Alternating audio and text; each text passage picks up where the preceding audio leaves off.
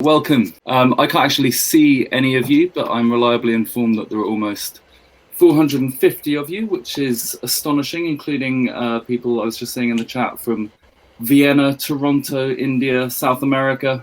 So thank you all for coming. A very warm welcome to all of you. I'm Edmund Gordon. I'm Senior Lecturer in Creative Writing at King's, and I'm a Fellow of the Royal Society of Literature, and I'm going to be hosting tonight's discussion. We're going to be talking about a few of the different career paths available to you in the world of books, how you might go about making such a career for yourself, and what it's like to do such jobs, especially during these strange times that we're all living through at the moment. We have a really brilliant panel this evening who between them have worked in the worlds of poetry, bookselling, publishing, arts administration, events organisation, and more. So I'm just going to say a few words about the format of this evening's event. To begin with, I think each of the panelists are going to speak for a few minutes about how they got into their line of work, what it's like to do it, what things have been like in recent months for them, perhaps a bit about what the future looks like. I'll follow up with them with a couple of questions. Then I'm going to lead a discussion with all of the panelists for around 15 minutes. And then we will open it up to questions from all of you. And you can put your questions, hopefully the format has been explained in the Ask the Question. I see one has come in already and someone will be monitoring that. I'll try to monitor it. So first up, Alicia Pirmahamed. Alicia Pirmahamed is the author of the poetry pamphlets Faces That Fled the Wind and Hinge, which was a Poetry Book Society recommendation. She's the co-founder of the Scottish BAME Writers Network, and her awards include the Edwin Morgan Poetry Award, a Pushcart Prize, and the 2019 CBC Poetry Contest. Over to you, Alicia. Quite excited to talk a little bit about what I do. Especially here at this event, because the Royal Society of Literature was a big part of how some of the things that I've done actually got started. So I am Alicia. I am the co-founder and the co-director of the Scottish BAME Writers Network. It was co-founded with J.G. Ng, and then it was my co-director is Dean Atta at the moment. So to tell you a little bit about what I do as part of the Scottish BAME Writers Network is actually quite a lot of different things. So the great thing about it is a lot of the committee, the whole committee actually, the four of us are writers ourselves. So we are activists, but we're also part of the literary community that we're trying to work with. So we have our own connections with the literary community, but we also have an idea and we have the experiences of what it's like to work in the literary field. So the Scottish BAME Writers Network exists to connect individuals in Scotland, people of color in Scotland, with literary organizations in Scotland, in the UK, and around the world. It started quite localized, but we're actually making an effort to connect with the wider UK, but also internationally. And we do quite a lot of things. So advocacy is our main strand, but we've actually been doing a bit of events programming as well. And I'll talk a bit about that because a lot of our events programming ended up happening this year when we went online. So the Royal Society of Literature played a part in actually kind of awarding us our first little bit of funding. So we could put on a series of visiting writer workshops, or what we're calling master classes now, for emerging writers and distinguished writers, and anybody that wants to write, who is also a person of color. And this was a way to not only build community with each other in a place where we felt kind of isolated from one another, but also to work on our writing skills, especially in areas, especially for those who don't have any academic training or those opportunities to pursue writing in any kind of institution or formalized manner.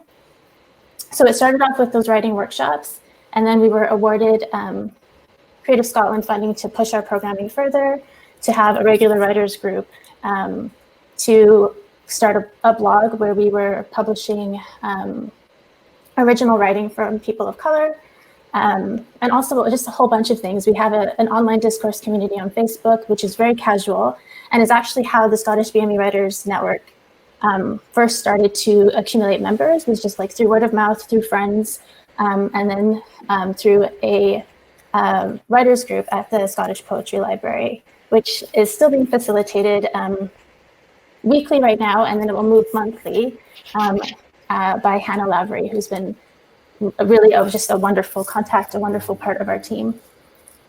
So yeah, so as we are, I guess what's really interesting to note about our network is we started in a physical capacity. So we were doing a lot of events. We were doing panels about race and poetry in Scotland. We were doing our visiting writers workshops. And then we got awarded our funding, and our whole funding year, our whole pilot year. So we started in 2018, and we got funding at the end of 2019 for our 2020 year. But once we got funding, our whole programming had to move online, obviously because of COVID, because of the lockdown.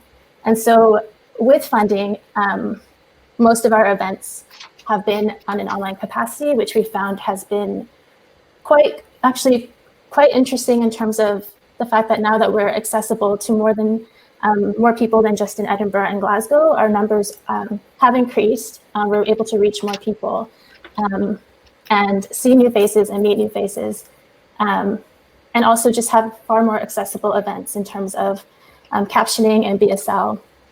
So that's been an interesting development. Obviously, there's some missing pieces in terms of not having that face-to-face connection that we used to have. But I think what we've learned and what we'll be taking forward is that we want to continue our online programming in the future. And actually, I think our funding application for our next year, in it, all of our events are still online. So we'll see how that ends up looking in the future. Yeah. Thank you. Could you say a bit more about what your advocacy work involves? Like, I mean, who are you advocating to? Yeah, so essentially we're advocating for BME representation in the literary sector. Some of the things that we've been doing in order to reach that goal is, I think the most recent and probably the most successful to date is our networking conference. So at our networking conference, writers were able to connect in one-to-one sessions with editors and publishers and agents and other writers. But also as part of our panels, there were there was just different panels on how to start an arts career or how to get funding, and different panels and ways to connect writers with resources that they might need to pursue their writing.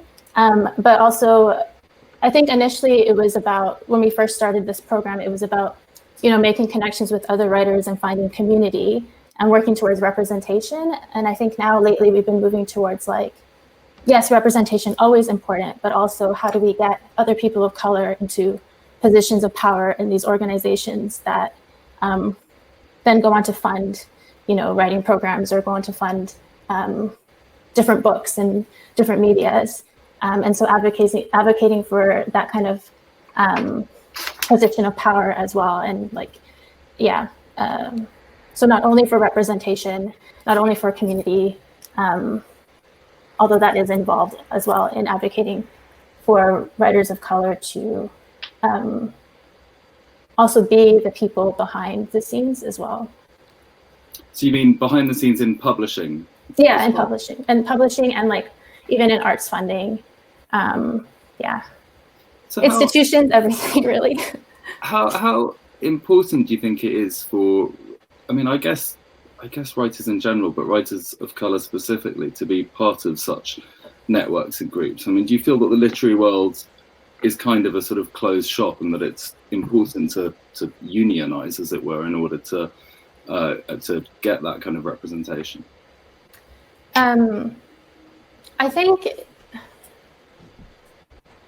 I think part of it is it's already difficult. There's already so many barriers, I think, into being a writer that can sustain a career, to get published and make connections with publishers and network and all of that. There's just barriers for, I think, many writers who aren't from middle class backgrounds or don't go through like the academic route through institutions. So I think, there's already those barriers in place. And then if you have additional barriers that prevent people from connecting with your work, or in which you're, being pigeonholed into a certain kind of aesthetic or a certain kind of story, I think that can make it really difficult to, first of all, call yourself a writer, because that's also a barrier, but then also enter the an industry that does feel quite closed, and sometimes very much about who you know or where you studied or where you live, because obviously Scotland is doubly removed from England and London, and sometimes where the places where there are where you might see possibly more opportunities. Although I think we see that also in Scotland with Edinburgh or Glasgow being a place of opportunity, and then the surrounding areas not so much is in place there, and that's something that we're also considering. Yeah, thank you. Presumably, so you're advocating on behalf of Scottish writers only. Are there similar networks to you in different parts of the country and in different countries that you're aware of? We've made a lot of different partnerships with organizations in Scotland, as well as outside of Scotland. So the Fringe of Colour in Scotland that did a really great festival over the summer, and then various groups like the Poetry School as well has been affiliated with us, a couple of publishers as well. I think there have always been different activists and different groups in Scotland, and I think one of our goals is also to connect and start partnerships with them in the future, going forward too. Thank you. That's fascinating. I have to say, as an outsider, as a Londoner, the Scottish literary scene always seems incredibly vibrant and diverse. So that's very interesting to hear. Thank you so much. Our next speaker is Tom McAndrew, who is a freelance poetry producer and has delivered national and international tours, as well as education programs, podcasts, publications, and events. He manages the Young People's Laureate for London and is the producer of the Bedtime Stories for the End of the World podcast series and for Outspoken and Outspoken Press. Tom, over to you. I'm Tom McAndrew, and I'm a poetry producer and have somehow created a career in poetry, though I always feel slightly a bit of an imposter talking at events like this. I kind of, far too long ago now to think about, moved to London with the dream of working in the music industry because I thought it would be quite cool. Somehow ended up working for an arts education charity, and because I had a literature degree, ended up setting up a poetry education program. And off the back of that, ended up working for the Poetry Society as their education manager, managing poetry education projects, including the Slambassadors, National Youth Slams, the Forward Young Poet of the Year Award, and various other projects. And then off the back of that, really ended up working as a producer. So my work, I kind of quit with no plan, didn't really know what I was going to do, told people I was going freelance because it was better than saying I was going to be unemployed.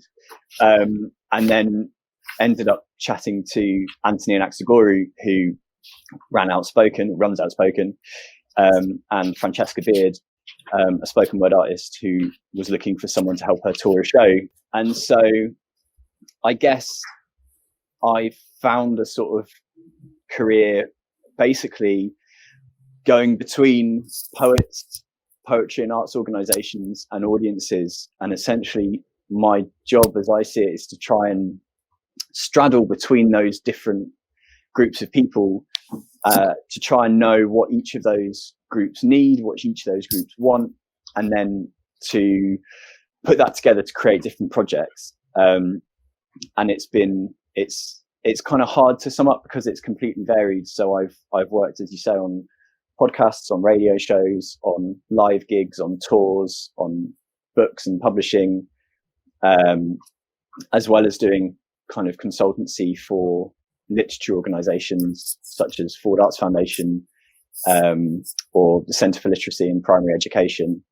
So yeah, it's it's kind of hard to pin down. But what I've really enjoyed about it is the complete variety in that. So I've worked to help Centre for Literacy in Primary Education set up their Reflecting Realities programme, which was the first survey of representation in UK children's literature. So in their first year, they found that I think it was 1% of the main characters in children's literature came from Black and minority ethnic backgrounds. That has now improved slightly, but there's still a very, very long way to go. I've done that. I, as you say, run the Young People's Laureate for London programme. So I work with one poet aged under 30 for a year to help them develop, delivering poetry education programmes, which has always been kind of one of the things that's really key to what I do, about engaging young people with poetry.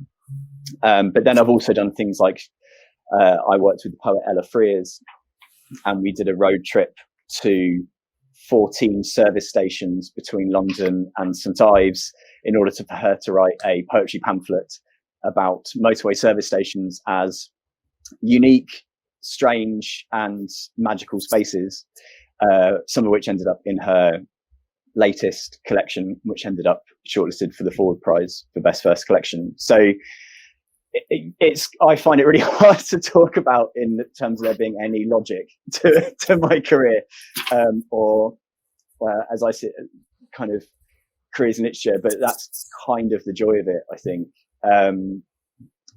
Since March, as Alicia touched upon, there's been a lot of moving everything online.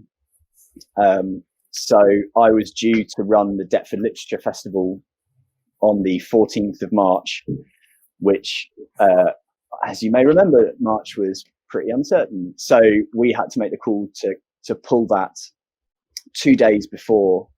So because it was right at the front of that, there was no chance to move everything online. So that some of those moments have been completely heartbreaking, but also there's been some fantastic projects I've worked on that have only happened as a result of lockdown and of moving things online. As Alicia touched upon, we've done much better in terms of accessibility across a lot of events I work on. So just my own knowledge about what formats are better in terms of accessibility, you can subtitle things, but you can't, on Instagram TV, but you can't do it on Instagram Live. How can you use these different platforms in a way that's most accessible? Working with BSL interpreters online has been fantastic and has made a real difference, I think, to how I go about approaching doing online events.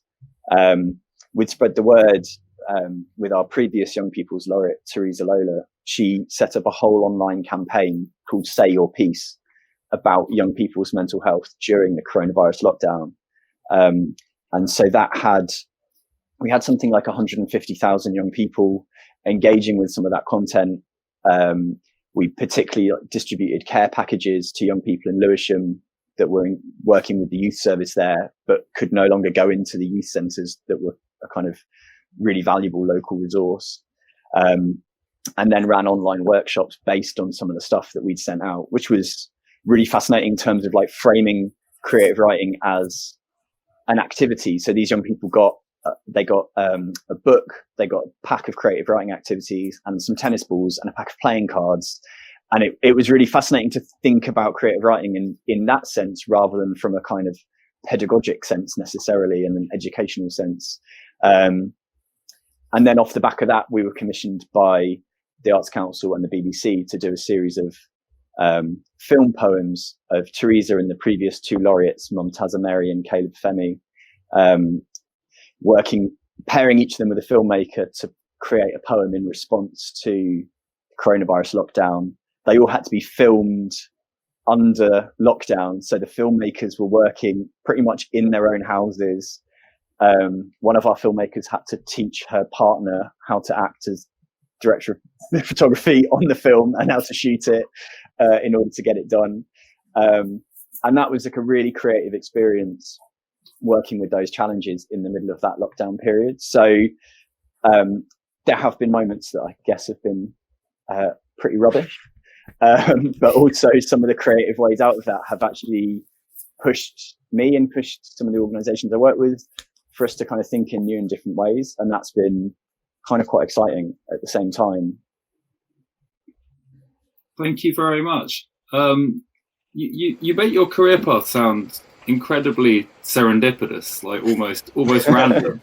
But presumably were you a big reader of poetry already when you first got into this line of work?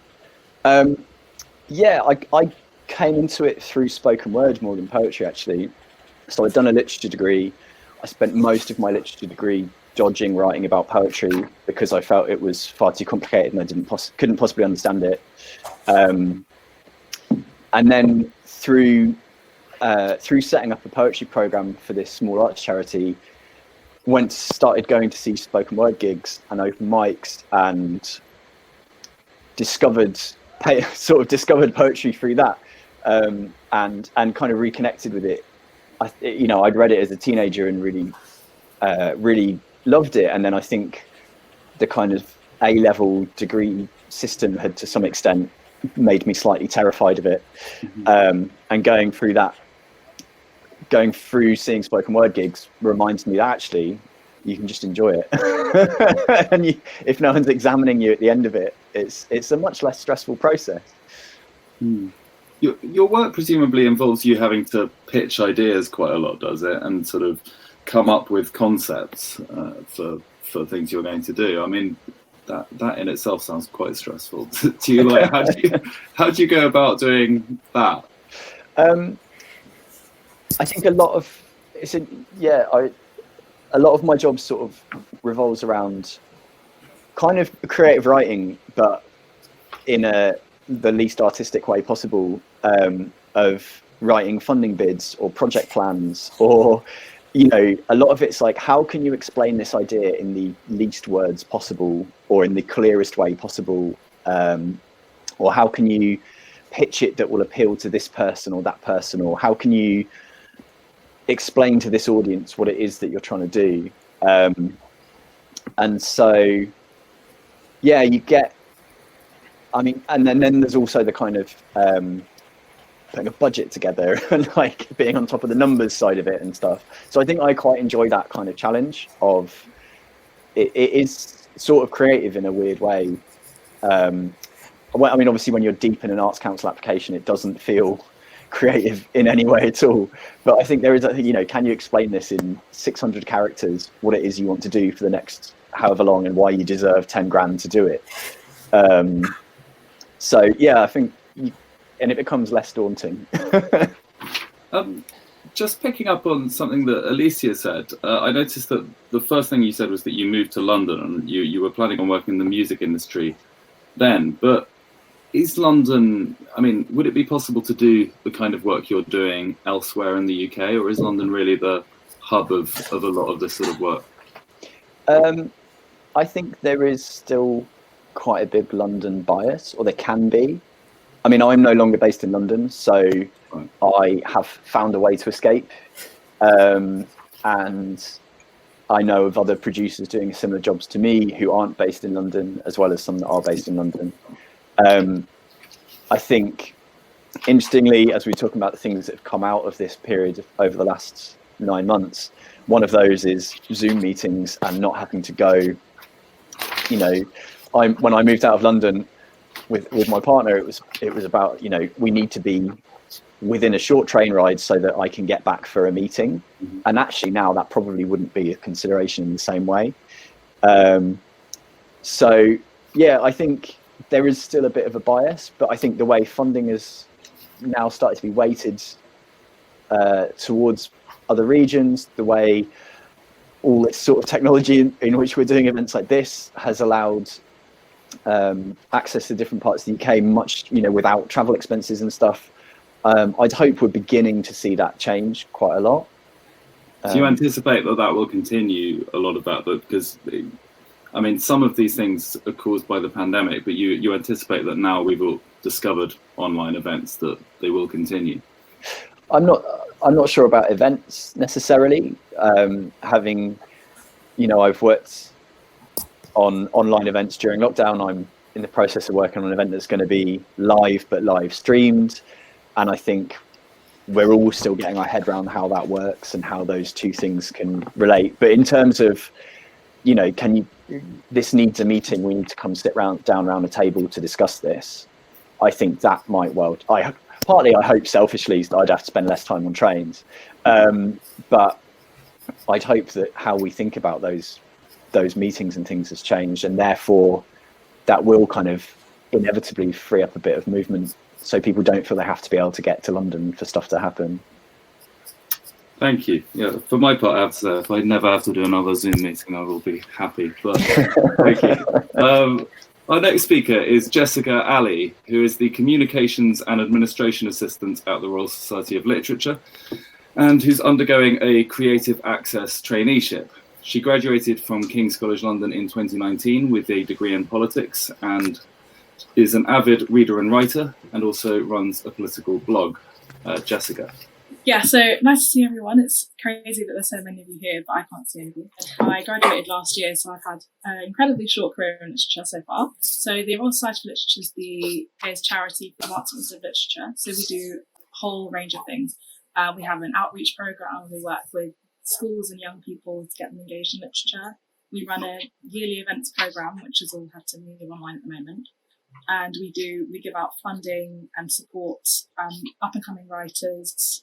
Like our most recent thing we're doing is the RSL Open programme, where we're supporting underrepresented writers and giving them the kind of accolade they deserve. So I'm just going to talk about how I got there. So yeah, I graduated from King's in a politics degree last year, and then I was just sort of doing that horrible job search for 6 months, which I'm sure you're all familiar with.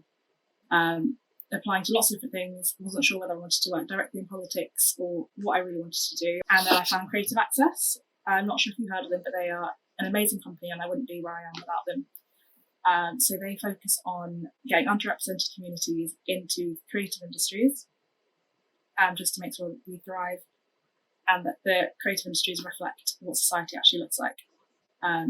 So I found them, and what they do is they have a list of opportunities, all paid internships and traineeships, and you can apply through them, and they'll put you forward to all the different organisations. So that's how I landed my role at the RSL. And what I do specifically at the RSL is comms and admin. So, I mean, it's a really small team, so I kind of help out in all departments that I can. But I work really closely with the communications manager. So we do social media, helping out managing press, and just video content, online content, all that sort of thing. And that's really, really enhanced and changed during the last few months during COVID, since everything's kind of become communications. So we recently had our 200th birthday, so that was all online, basically an enormous event. So it's been really, really fun working with the team on that. So that's pretty much what I do. Thank you very much, Jessica.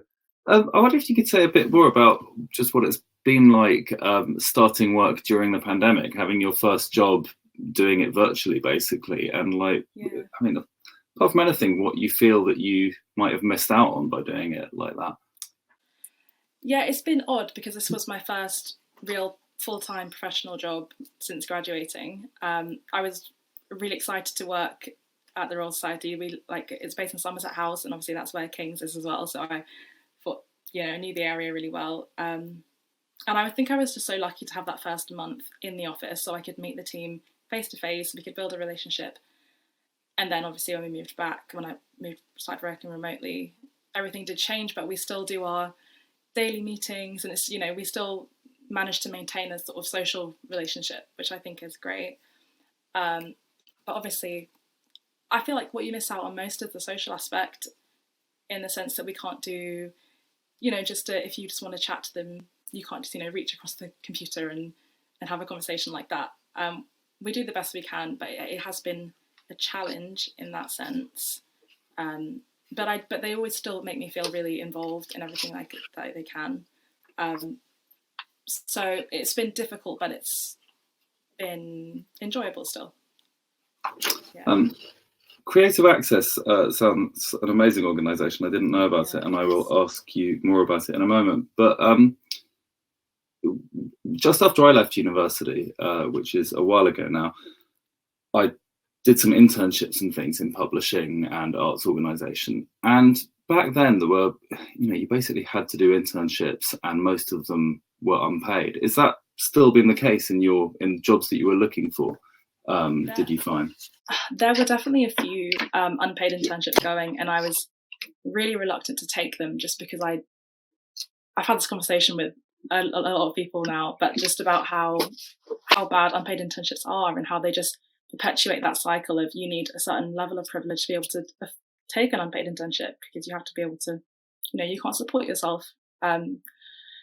So I was really reluctant to take an unpaid internship. I didn't want to. That was going to be a last resort, but there was still a lot going. But that's what's so great about Creative Access, is that they don't allow anything to be unpaid. Even if it's London living wage, it's just something to be able to support yourself. So that's why I really, really recommend Creative Access. So do they operate effectively as a kind of, do organisations like the Royal Society of Literature effectively just advertise a job via Creative Access, or do Creative Access act almost like as your agent and sort of put you in touch with different organisations? Well, the way that I found it is Creative Access, you go onto their website and then it will come up with a list of opportunities, and that will all be linking to different organisations. So it can either be through, they can either work together, as in with the RSL, they will advertise them through Creative Access and on their own social platforms. But other companies will just let the people know through Creative Access. They'll just sort of say, they'll put it on the website and you can go through there. It's just a click through. So it's not always a direct partnership, but with RSL it was. Yeah. Thank you very much, Jessica. Our final speaker is Helen Stanton. Helen has always worked in the book industry. She began her career as a bookseller, working for Hatchards and Waterstones, before holding sales, publicity and marketing roles at a number of publishing houses, including Headline, Canongate and Polygon. Helen bought Forum Books in 2011 and opened Kids Bookshop in 2014. Forum Books won the Living North Retailer of the Year award in 2015 and was the British Book Industry Awards Independent Bookshop of the Year for the North of England in both 2016 and 2017. Helen. Just to warn you, I'm in a room with the dog and she might go crazy at some point. She'll probably just been waiting until I start speaking and I might just have to go and get her out. But I'm really happy to be asked to speak to this, and I'm really pleased that you've asked a bookseller, and especially an independent one. I guess kind of going back over my career, starting off in Waterstones at that time was really brilliant because I learned a lot of the nuts and bolts of bookselling. Whether it's kind of stock management, we could kind of do a lot more of the hands-on book selling, the book buying, running sections, and it was less just, I don't know, it was a more interesting job than just retail. I absolutely loved working in publishing as well, because you've got those beautiful lists you can look after and books you can really champion. But I think for me, kind of the dream has always been to have my own bookshop, which I have to be honest, I had to take a big scary business loan to do. It was an opportunity I didn't want to miss out on, but it was financially most scary. I've never been able to get a grant or anything like that. I've always had to kind of self-fund, and that's kind of, I guess, the downside of the job is that it is a business. It's got to kind of pay for itself, and it's got to work. But what I love about it is the creative elements of it, and that, you know, we can play around with books. I actually moved into a listed building 2 years ago, and I like that I can have the children's books and the grown-ups books under one roof. but we have a Paris section. I can put poetry next to politics, and I can do what I want. It's still a power trip, and I love it. And that whole creative element is fantastic. And a big part of what we do as independents is events. So we'd normally do 40 or 50 in Bookshop or in Newcastle. I should say I'm based in Northumberland in the north of England. So it's a very small kind of town, almost like a village feel, very picturesque, but would have a very small local population. But we have a lot of people would come to us, only about 20 minutes from Newcastle. So there's a lot of people would travel to us for the bigger events, which we could host in other venues. Our Bookshop would only hold about 50 or 60 people. We also host silent discos when the Bookshop's more normal. So every Saturday we'd do a playlist that we'd put together ourselves, or we'd ask an author to put together, and we'd have the silent disco headphones for people to just wander around and enjoy that. It's just trying to think, I like playing around. I love music, but it's like to play around with different ways to find kind of books accessible and kind of cool, but in a obviously nerdy kind of way. But we've taken them to book festivals and to libraries and to book clubs, and they're great to kind of play around with. And it's a very kind of collaborative industry, I think, the book trade. So I work a lot with kind of publishers, but also with kind of libraries, schools. We love to take authors into schools. And it's just those different ways of being able to connect kind of readers with writers, because basically I'm a reader and writers are just amazing. So it's just finding those ways that we can do that and just make it fun but inclusive. It's an open door on the high street, so anybody can wander in. Obviously I've got to limit the numbers at the minute in a boring kind of COVID way, and we're tier 3, so we've got all of that to work with.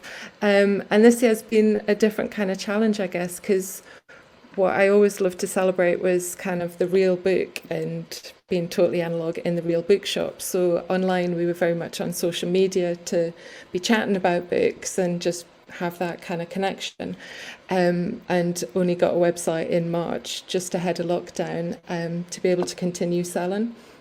And that was just an incredible thing to do, because I never expected we'd get support from up and down the country, where people would find us and adopt us as an independent if they didn't have one locally. But also we've sent books internationally, and it's just been fantastic to have. It's not my whole shop, it's not every book that's available, but it's kind of our selection, and we can still get other things. We're still very social on the socials, and I teamed up with 3 other independents to form At Home with 4 Indies to do online events, which we started in April. We did those initially for free on Facebook, just as a way to kind of still connect with our readers and our and people out there. And there were still books being published, and it was still a bit of kind of flux of what would happen.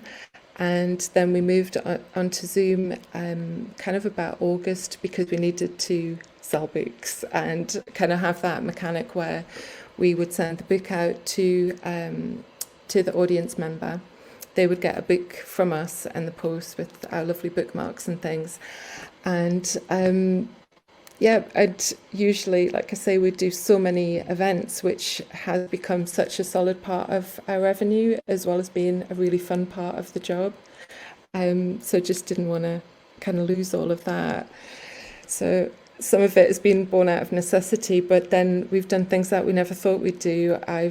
We linked up with Anne Cleves. She kind of was broadcasting to the Hong Kong Film Festival from our bookshop last month.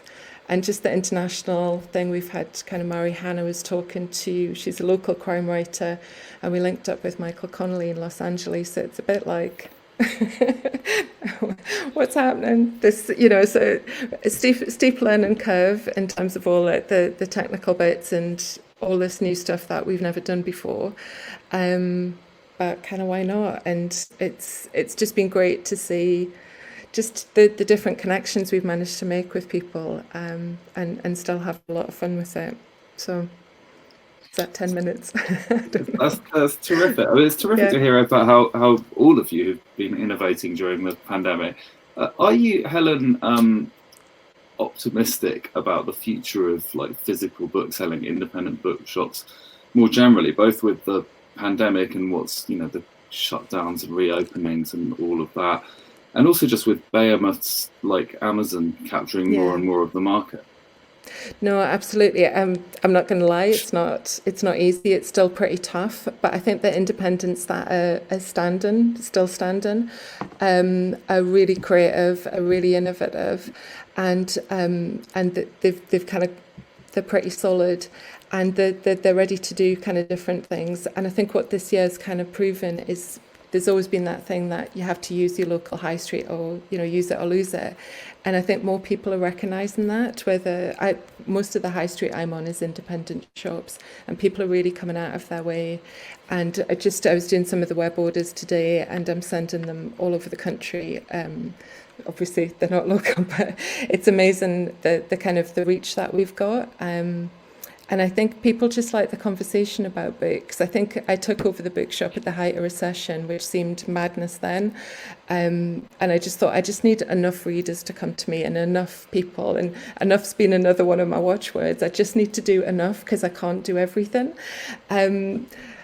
And I think it's just our recommendations, because we're readers, and it'll be like, just books that we've loved and that we connect with, and it is very genuine. It's not a hard sell. I'm not an eccentric millionaire. I just want to have enough that I'm happy doing the job I love, which I'm very lucky to say I've got. So yeah, I think it makes all the difference in the world having a bookseller who cares about literature rather than just an algorithm. But sadly, not everyone seems to agree.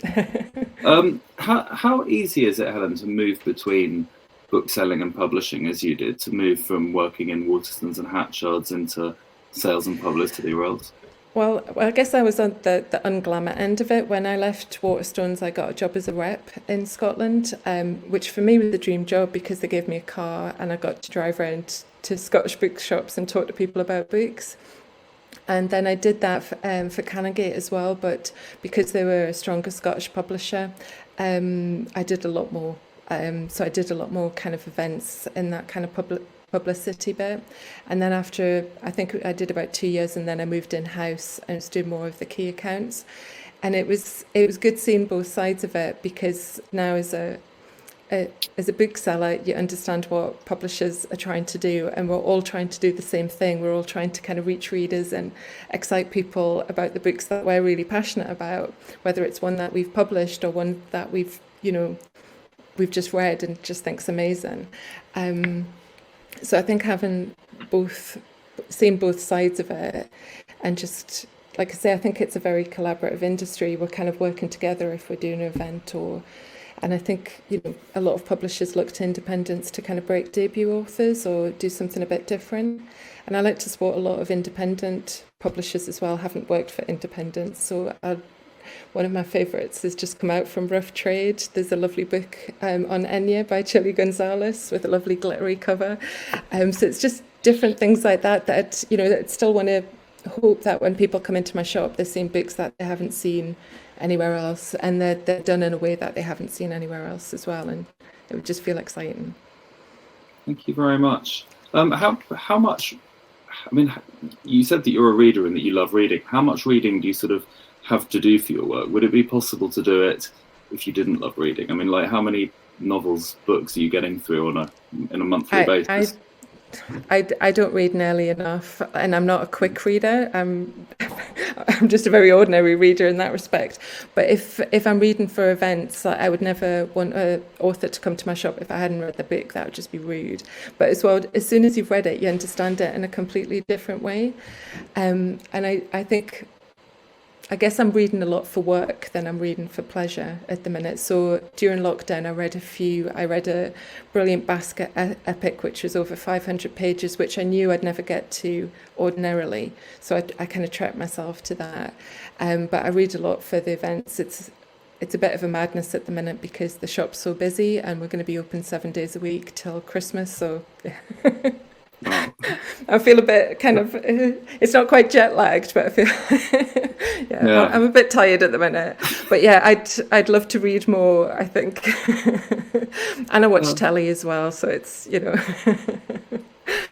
I've got children and a dog, so yeah. Yeah, me too. Those take up valuable reading time, don't they? Can I ask that question to the rest of you? How much reading you have to do for your work, and whether it would be possible to do your sorts of job if you didn't read a lot, if you didn't love reading. Jessica? Yeah, so I studied English at A-level. I've always been a keen reader. I wouldn't say I'm particularly extraordinary, like I don't read that much, but I try and get through a book a month, roughly. And that was something I was asked in my interview from RSL. So they said, what are you reading at the moment? I think it's really good if you've got like a backlog of things that you're reading and that you love, you can just talk about expressively in the interview. That's always helpful. So yeah, just like a passion for books, and nothing out of the ordinary. But yeah, I do enjoy it a lot. Thank you. Tom, you said that you weren't a big reader of poetry and that you got into it via spoken word. Have you returned to the written word since doing this work? I have, and I think, sort of coming back to your original question, like, could you do this job not being a reader? You probably could, but you wouldn't be very good at it. I think you kind of have to, doing events and things. If you've read the author's book, you're able to infuse. Like, so much of this job, I feel, is about infusing about writing that you love. And so you can't do that if you haven't read it. You can just sort of pass on what other people say about things, which is never quite the same. And so, I try and keep on top of the poetry reading, but also, pre-lockdown was trying to go and see people's shows and see spoken word, see people perform, spoken word artists perform, particularly for things like Outspoken, where we program whatever it is, 30 artists a year or something. You're having to see quite a lot of artists to see who's good and who works well off the page and that sort of thing. So as well as reading, it's trying to see gigs as well. Thank you. Alicia, both as a writer, I mean, for your own work, how important is it to be au fait with what's happening in contemporary poetry and other poets' work, and in your work for the Scottish BAME Writers Network? Yeah, as a writer, personally, it's super important. I mean, I also really love it, and it feels really important. I find that my own writing just doesn't progress or grow if I'm not reading not only poetry, but if I'm not reading like fiction, but also nonfiction as well. So I find that it's really important for my progress as a poet. In terms of the network, I suppose you could do like the administration part if you even if you weren't a big reader. But I think that there are other places that you might enjoy more or might connect with more if you don't like reading than the Scottish BAME Writers Network, because so much of what we do is, first of all, we love books. We're all writers in the network and on the committee. But also so much of it is like community based. So not only reading like the trends, obviously, as a lot of our writers are looking for agents and things like that, knowing what the trends are can be important, but also just supporting what each other is writing, like whether that's in a workshop setting, or like so many of the people that kind of grew with our network or have been with us from the beginning are publishing pamphlets now or doing their first performances or like their 100th performance, and like supporting that work and being there for that work is really just as important as the other stuff, like the event programming. So if you can't connect on that level, then I think that kind of breaks apart or like falls apart in terms of like the community building that we try to do. Thank you. And we'll come to questions from the audience in just a moment. I just have one more final question for all of you. So I wonder if you could just say what the thing that you like most about your work is, the thing that you find most rewarding, and the thing that you like least about it. I realise this may be difficult for Jessica, whose colleagues are all watching, especially if the answer is my colleague. But Helen, if we could start with you. I guess that the element I like least is the easiest one to do, which is anything to do with HR, payroll. I mean, I love to pay my staff, but just to do all of that, I'd just rather have somebody to do it for me. I think it's just when you have to run a business and you have to do that, or setting up the utilities, it's the boring bit. I just want to kind of play with the books, and I guess that's the fun part is that kind of thing. And I love that there's just so much variety to it, and every kind of season, every year, we're going to get kind of new books, new authors, something exciting that's coming, that's just around the corner. There's so many lovely things I'm already hearing about for next year, and that kind of thing. It's just this brilliant hamster wheel, and just can't wait for the next thing. The books. We'll have to get some recommendations off you before we finish. Thank you, Jessica. I'll start with my favourite thing. I think we help a lot of people, and I think part of the reason I studied politics is because that's what I wanted to do further in my life, is just help people, and that's what we do at the Real Society Literature, like awarding grants and funding to literary projects through our Literature Matters programme, or supporting up and coming authors. Like, my least favourite thing, obviously there's nothing I dislike, but I guess we're a very small team and it can get incredibly hectic and busy. It's not a bad thing at all, because it's a fast-paced environment, but if you're looking to work in arts, you have to be prepared to work in a busy environment, because it's quick, everything's changing a lot, there's a lot to do, so it can get stressful, but it's all enjoyable as well. Thank you very much. Tom? The most enjoyable bit, and I still occasionally have moments where I sort of stop and think, I'm not quite sure how I've managed this. But I think the most enjoyable bit is that essentially I work with my mates. So people, Outspoken, there's 6 of us that run Outspoken and Outspoken Press, and they're just my mates now, and we wind each other up, and we're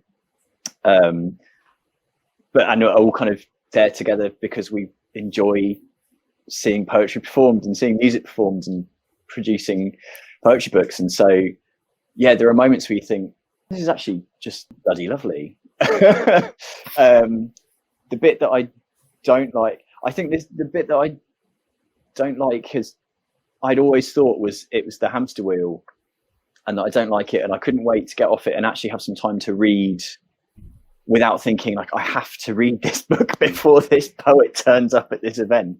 And now I've had 9 months of that, and I'd give anything for the hamster wheel again. So I think you never, being busy is bad, not being busy is bad. That's just project management. I think that's just producing. There's never a happy medium. Although there is a definite difference, which we haven't spoken about, between reading for work and reading for pleasure. I mean, I find that I read in a completely different way, and that when I have time to read for pleasure, it's a very different quality of attention that one brings to it. Alicia?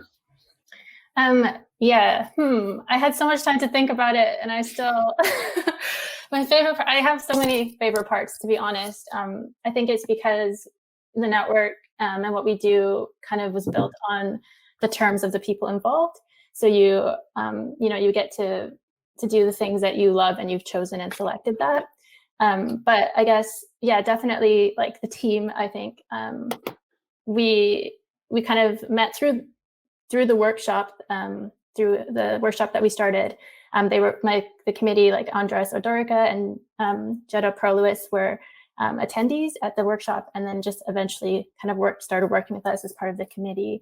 And so, like, building that friendship, especially having felt quite isolated before the network, is probably one of the best things. But also, I think just seeing people succeed is just really nice as well. It's just, whether it's because of something that they've done in the network, or because now there are like people I can share, or they can share with me that kind of success. Has been definitely an amazing part. My least favorite part is having to say no, I think, because one of the things that I hate is gatekeeping. But as the network grows, we've gotten to the point where things like the workshops, you can just sign up and that's like accessible and anybody can come to them. But like when we were hiring, for example, our new co-director or a new admin and social media assistant, that we got lots of applications and having to say no to those, or having to say no to blog pitches. And I find that part is really, really still quite difficult, and I really don't like it. And I'm always like trying to find like different ways, or like our community's trying to find different ways to like give another opportunity to someone that didn't get the opportunity we were advertising. But we've grown so much, I think partially because we went online and became more accessible for people to join in on, I think that's becoming part of the process. So that's something to grapple with too, in terms of like what our mission is and our aims and what we want to do, and I guess the reality of our programming as well. Thank you. That's a part of my job as well, is having to turn things down. If you find a solution, please let me know. I think I'm going to keep you on the hook, Alicia, because the first question. Oh no, it's not. The order of the questions has changed. Right, the first question is, anytime I try to write creatively, the self-doubt becomes paralyzing and I can't write. What is everyone's advice on this? Alicia, what's your advice on that? Anytime I try to... Oh, that's really hard. I feel that too. I mean, I think part of what I have to contend, like I have to start thinking about myself and try to remind myself about, is like why I'm writing. It's really so easy to get caught up in this idea of like publishing and getting read and having things accepted for publication, and then that can be kind of like you get rejections, and that can be like kind of a pathway to self-doubt. I mean, I got like I get rejections all the time, but I think, yeah, I don't know. I think it's just kind of remembering that like everything is really experimentation, and you can just play with what you're doing, and it doesn't like taking the pressure off of that expectation and just playing with language because you love it. And that's what I try to tell myself, is like, I love doing this, and not really thinking about the product so much as the experimentation of it, which is why I really like pamphlets as well lately, thinking about them as like modes to experiment as well. Is there a way, do you think, of actually like harnessing self-doubt and turning it into a useful, valuable part of the creative process? Is that, yeah. I think probably there is. I think maybe like some self-referential or meta poetry about it. I don't know. Thank you. Tom, do you have any thoughts on that? How to overcome self-doubt, or how to cope with it and keep it in its box? Well, yeah. So when I used to run poetry education projects, a lot of the people that we used to work with, there was something about the fact that poems had so much like white space around it, and they appeared to kind of be this divine inspiration that came looking just so, that terrified young people into writing. You know, they wouldn't write poetry because it was never going to be perfect. And actually, one of the best things we ever did was I did a project in Lincolnshire, and we had two poets on stage who were given words from the audience and had to write a poem in the interval of this spoken word show. And none of the young people left the theatre during the interval because they watched, and they deliberately picked impossible things for them to try and put into these poems. And they just stayed and watched them. And then these poets on big flip chart paper were writing out these poems and then performed them. And there was something about seeing the process and seeing that, you know, published poets could write something that was, you know, fine, that wasn't, you know, earth-shatteringly wonderful to start with, but they had worked with these and they knew the constraints they were working with, and they knew how, you know, how much time they'd had. And there was something about seeing that process and being like, it doesn't have to be perfect first time, and it won't be perfect first time.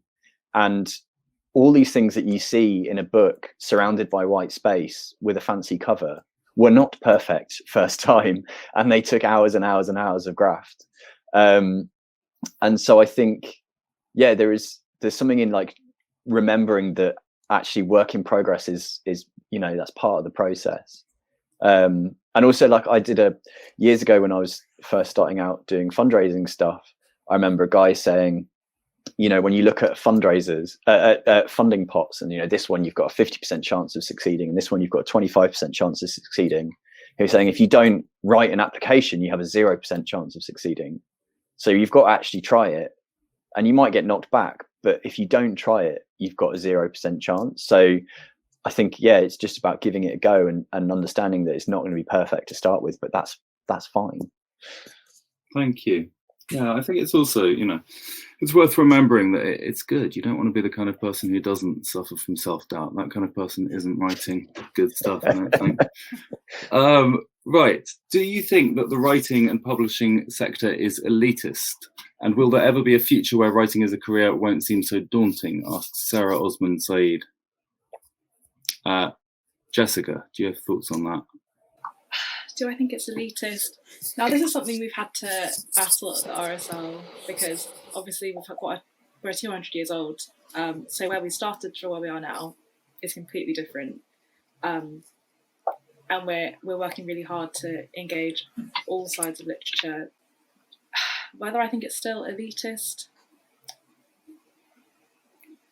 I would say, there are definitely barriers into getting into that world, as there are in a lot of sectors, depending on what you look like, where you come from, your age, your gender. But I do think it can be achieved where, we open that up. So many organisations are working towards that, through what Alicia is doing, what all of us are doing. We're all working towards opening up, making it more and more accessible. And I think that's all that needs to be done. Through representation and just working towards achieving that. I think, we have to be optimistic for a future where we can all be involved. Thank you. Alicia, presumably you feel that there is some elitism, or there'd be no need for the network that you run. Yeah, actually, that's a good point. Good point. We kind of talk about how eventually the goal is to not need to exist, which, and in terms of careers, it's maybe not the thing to talk about. But it would be great if there was no need for our advocacy group in the sector. But I think even outside of representation in terms of BAME writers, I think it is quite elitist. I think it's still quite aligned with the institution, but I think institutions in general. And I think what's changing that, like networks and the movement that RSL is making and other organizations towards being more accessible. I think also the indie publishing world has been really good for that, because I think they take quite a lot of risks that the big five publishers don't take, and whatever you define as risk, I guess, can be kind of part of the problem. But I think indie publishers have been amazing for that in terms of getting careers started, I think.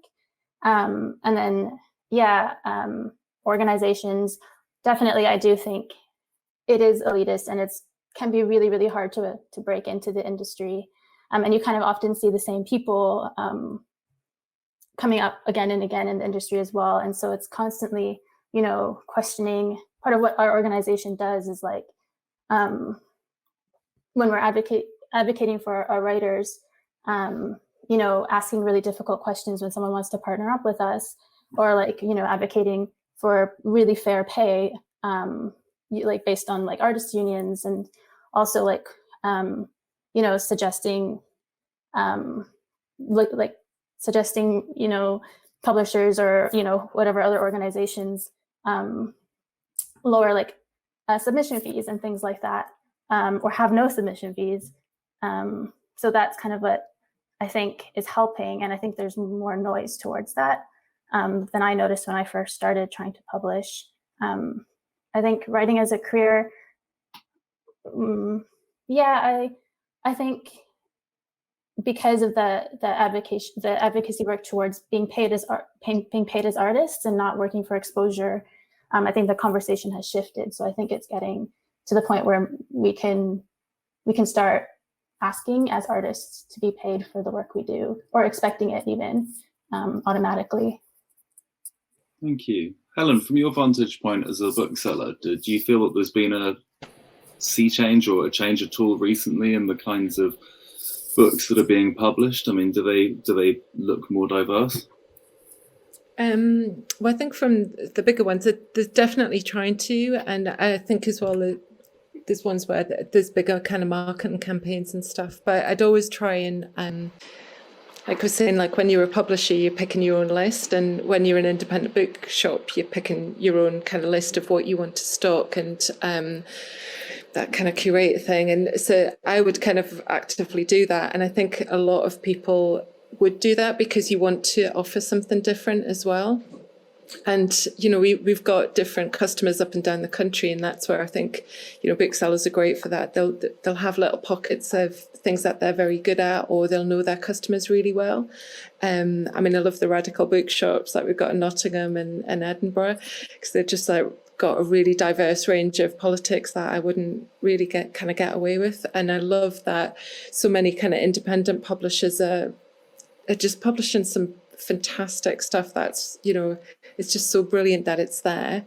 And I think that answers it. There's a follow-up question, Willie. I mean, it's a different question, but Lily Bowers asks, what kind of publishing is thriving and how has COVID impacted the publishing industry, which perhaps there's some crossover with what you were just saying, but do you feel that COVID has had a notable impact on the sorts of books coming out? I don't know. I thought people might be looking kind of for feel-good, kind of happy reads. Do you know what I mean? Things that kind of take themselves out of of what they're going through. And although that's, you know, but that hasn't kind of, I've not seen an upward trajectory in that. I mean, the Richard Osman's gone very well for us, which is a good murder mystery, but is quite. But so's Humankind, which is the Rutger Bregman book, which is kind of looking at all the positives and giving us like a hopeful history. And I've just loved that book as well. So it's, I don't know if I'm the best person to ask because I've got quite an eclectic kind of selection and kind of customer base as well. So we do a bit of everything. And I think it's I've not been able to keep up with everything that's come out this year because so much was kind of from the late spring kind of going into summer was put back into the autumn, and then having the lockdown and having so many books coming out this last quarter is kind of been a little bit overwhelming. So that's where I've gone to Matt enough kind of thing as well. It's like I can't keep up with everything. And I've not been able to see my reps in the same way. So usually I would see the publisher's reps and we would have great chats about the books and what was coming out. And I either have to do it on Zoom or over a phone call, and it's not the same kind of connection, or, you know, I'm just getting sent emails with big things. So I'm finding books in a different way than I would before as well. Thank you. Arun asks, as an emerging poet, what ways can I network with organisations, other poets, etc., to reach a wider audience? Tom? I'd say the first point of call is probably your regional writing agencies. So Spread the Word is the London Writer Development Agency, or there's New Writing North, New Writing South, Writing East Midlands, Writing West Midlands. And so those places are really invaluable in terms of kind of signposting you to other stuff. So Spread the Word run regular events, kind of masterclasses, workshops, talks from publishers, agents, writers, funders, all those things that are kind of a route in, but also will signpost other opportunities that are happening. And because it's all, you know, they're all organised regionally, obviously with events like this, it's less relevant, I suppose, that the kind of geographical location. But when we're all vaccinated and we're back outside again, it's sort of ideally sort of stuff down the road, stuff that's easily, people are easily able to reach, but also they'll signpost things from other organisations. They're the closest you'll get to a kind of one-stop shop, I think. Otherwise, it's a case of building your own sort of networks in terms of, and because I came into this through the kind of spoken word scene, a lot of it's, you know, it's going to gigs, it's meeting other poets at gigs, it's doing open mics, it's chatting to other people that have performed at open mics, it's chatting to the feature act at the open mic, the person running the open mic, and really informally kind of building those networks of people that are programming gigs, that are setting up small presses, that are doing stuff in and around the poetry scene. And that's how you begin to build up your kind of your networks. Thank you.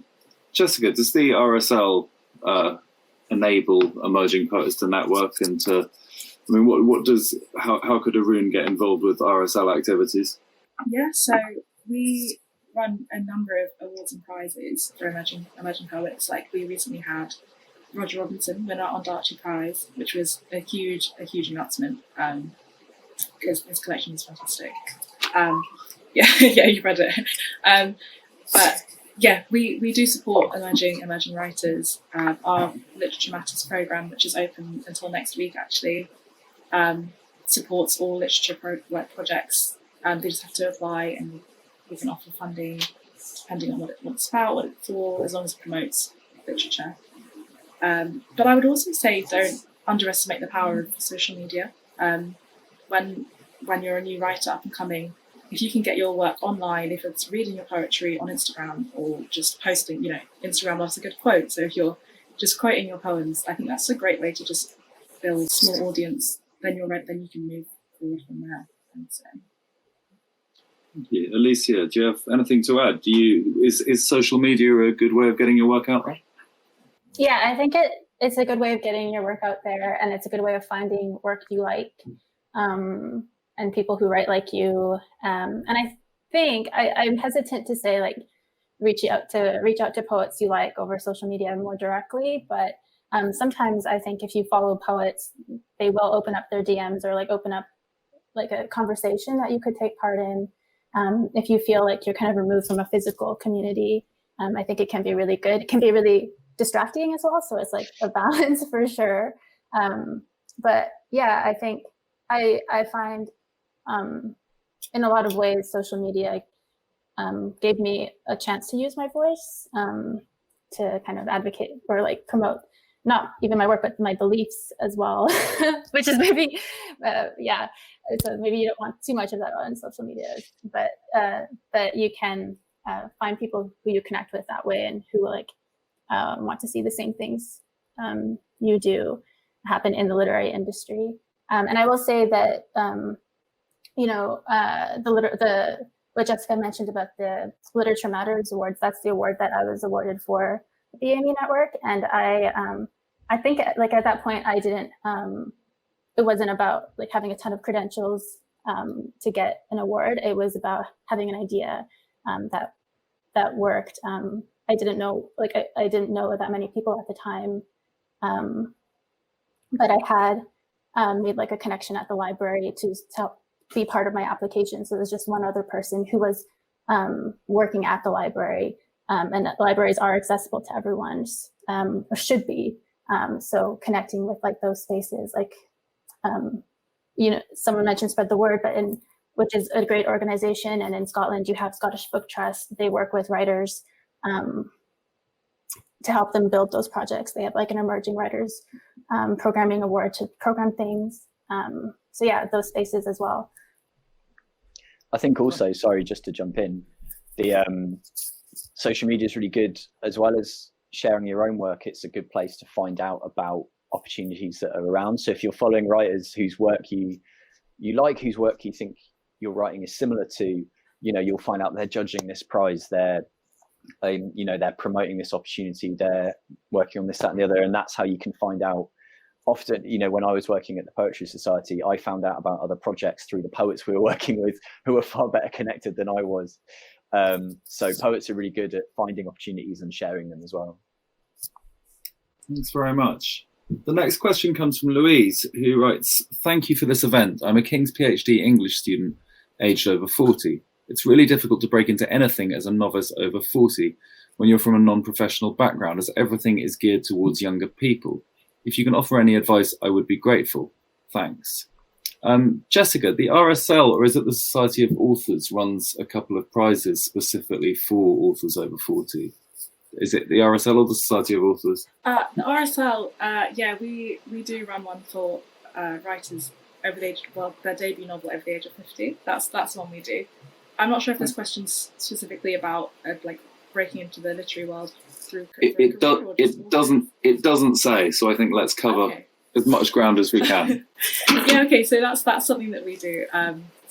Yeah, we have a prize that will be anyone over the age of 50. I think that's such a fantastic award because she's right in the sense that so many up-and-coming authors, they'll be focused on young people, young writers, and it shouldn't be just that. It should be about the story, and that's what we do with our award. Yeah, so that's something we do with the RSL. But if it's just breaking into the literary world in general, it's tough. But I think it should be about experience, not age. I guess it depends what experience she has, generally. But it's all about transferable skills. That's definitely how I got my role, because I had no literary experience, really. So do you think that you may not want to answer this about the OSL, but I mean, do you think you would have found it harder had you been older to get your job? Or do you think it would have made no difference? Sorry, the specific role I have now, creative access doesn't place an age restriction on it. It does work more specifically with graduates, but that's not a necessity. So would I have found it harder? I think it's difficult to switch from one career to another, dependent on experience. Of course, it's hard, but it's not impossible at all. And with the right organisation, you can talk about your skills that can be transferred from any role. You know, me, I had no experience, but I worked some like bartending roles, so I could talk about customer service experience and just working with people. So you can always transfer those skills to any career, I would say. Thank you.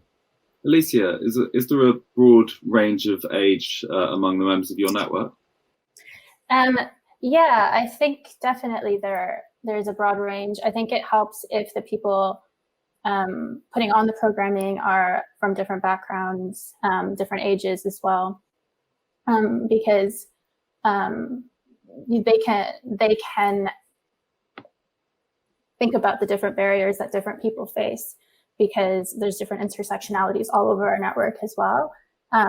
So we do have like one of the committee members is over 40, and so like it always brings that perspective. And I think every organization should continuously think about those different groups, different intersectional groups, and make sure that's represented not only in the programming itself, but in the people putting on the programming or coming up with the ideas or applying for the funding and thinking about access as well. And I think that makes a huge difference.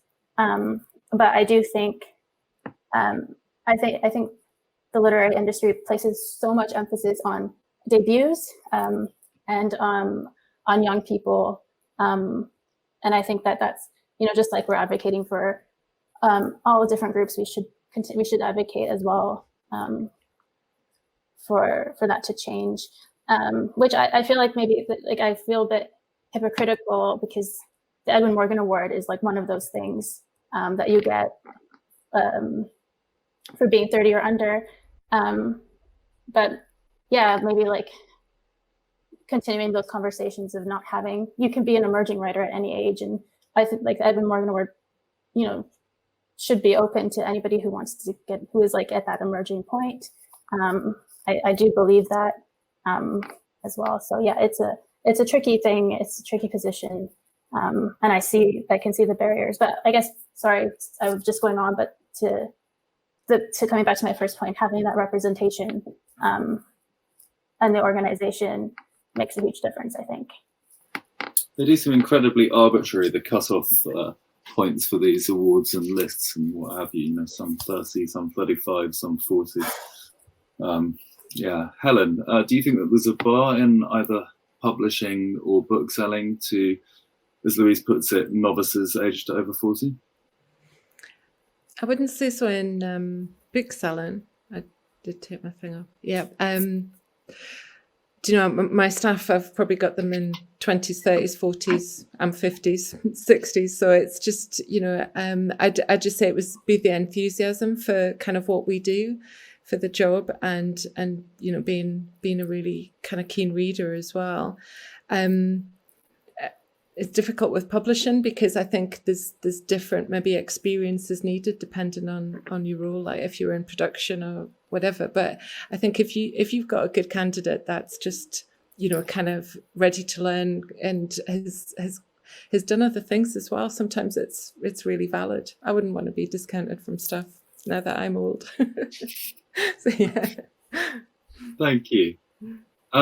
Jenny Haynes asks, how do you start a career as a poet? Alicia. I think that you have to, I mean, if you're writing a lot and you have the material, then you would, I guess the way I did it is I started off by submitting like individual poems to different journals and magazines. I love online journals. So I was submitting to like a lot of online journals transatlantically, Canada, US, UK, in journals that obviously I like reading, and that felt like a good fit for my work. And then from that point, you kind of know, you know, what poems, from what's getting accepted or your acceptance rate, you kind of know whether you're like ready to move on to a pamphlet of some kind, something like that's more of like collection, like a shorter collection. The thing is, a lot of that in terms of being a career is not paid very well. So often it's kind of negotiating the stuff that you're doing for paid work with the writing that you're doing for a lot of the time. But yeah, I think I am. If you want your work out there, I think, you know, submitting is key, and then working your way to a shorter collection, and then putting together a manuscript. But if you don't have a lot of writing yet, but you love writing, and you consider yourself a writer, then like going to workshops and going to events, and getting that material through like maybe participating in open mic nights or participating in workshops with prompts, free workshops. There's a lot of free workshops to kind of, you know, try out different things, try out different skills. Yeah, and then seeing what kind of lands in those journals. Thank you. The next question is from Barbara Vanotti, who asks, can you give us other examples of companies or websites that help students finding jobs in the literary sector? So I guess that's responding to things like Creative Access. Jessica, do you know of any other similar organisations? Well, gosh, I probably looked through them all after I graduated. Guardian Jobs is really good for arts jobs. Yeah, they have a lot of opportunities in there. And also art jobs. There's a lot of stuff on there. So I was scrolling through all of those. I don't know any organisations like Creative Access. Yeah, they were quite unique in that sense. I'm not sure if there were any specifically like that, but yeah, arts jobs and Guardian Jobs I was on a lot, and Indeed as well. I was using a lot as well. The bookseller has quite a good job section, doesn't it, for people who want to work in publishing and agenting and things. Yeah, that's a good one as well. Thank you. How about the rest of you? Do you know, Helen? Do you know of any such companies or organisations? No, I've just only seen things like in the bookseller. I think things like a lot of independent booksellers just usually kind of, if they're hiring, they'll just advertise on social media, and that they're probably doing it locally as well. So I always think that's quite a good one. And I do speculative stuff as well, because I think if you're kind of looking for experience or you want to try, it's just nice to ask. So sometimes, you know, we can be lazy as independent booksellers because we've got so many other things to do. If we've got a lot of good applications of people who are keen enough to come to us, they'll be like top of the pile anyway. So speculative stuff, although it might seem quite a tiring thing to do, if there's somewhere you really want to work for, I would definitely put something in there. Thank you. I think we've probably got time for one more question. The last question is, I have a PhD in English literature and I currently work in events. As I'm looking for a literature career, I'd love to know what opportunities there may be to combine these. So, I mean, I guess we've talked about a few opportunities to combine them, but Tom, can you think of other sort of careers, other ways of combining interest in literature and events? I mean, I think the majority of my career, whether it's been working in arts education or as a freelance producer, has been essentially working in events. Whether that event is getting 1,500 school kids into St David's Hall in Cardiff for a classical music concert, or the event is Outspoken at South Bank Centre, it's all sort of the same skills. It's just wrangling audiences of different heights, basically. So, I mean, I think arts education, a lot of the poetry stuff I do working for literature organisations, whether that's running a kind of big symposium for poetry organisations for Forward Arts Foundation, or it's running gigs in the basement at Star King's pub. You know, it's all kind of different spaces, different audiences, but it's the same stuff of being on top of who's coming, what they're doing, how long you've got to run for, making sure everyone's got a bottle of water or a glass of water, you know. So I think looking for literature organisations that are hiring, looking for literature education charities, and also, you know, setting things up on your own, I think is an option that a lot of people don't think of. So Outspoken was set up by Anthony Anaxagorou in the basement of the Star Kings with a few of his mates and a bit of money behind the bar, basically. The Bedtime Stories podcast I work on was set up by a poet who approached me and said, let's see if we can get this like slightly mad idea off the ground. And we got some Arts Council funding to get that started. And again, that's a podcast. It's largely event management. It was getting some poets in a room, in a recording studio, making sure they had everything they needed. So, yeah, I think most literature jobs will involve similar skills. So I think just looking broadly at what literature jobs are around in that kind of producing side of stuff. And then, maybe looking at whether there's funding to set up a project if you know a few writers, or if you can approach a few writers and seeing if you could set something up on your own. The idea of funding has come up a few times. We haven't had time to explore it in much depth. Jessica, obviously the RSL does a lot of events. It's a huge part of the programme. Are there other organisations that you know of that combine literature and events in quite the same way? Yeah, there's so many. That's part of what I've loved working at the RSL. I've found out about so many organisations I didn't know about.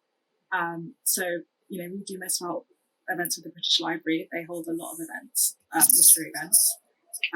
Also, obviously, Foreign Books holds many events. The Society of Authors, they've done their whole at-home festival, which has all been online events, which has been great. They did like afternoon teas with famous writers, which is amazing. Obviously, I've only really had experience with all these online events because that's one I've kind of introduced to this world. If you just like look on Twitter, there'll be so many. To Tamsin, who asked the question, if you've got a background in literature and you work in events, you'd be well set up to work in publicity in a publishing house with those two areas of skills. I fear that that's all that we've got time for. Huge thanks to everyone. Thanks to Beth Gallimore and Adeline Buckland for organising this. Thank you so much to all of our panellists for coming, and thank you to all of you in the audience for coming as well. Thank you. You're welcome. Thank you. Cheers.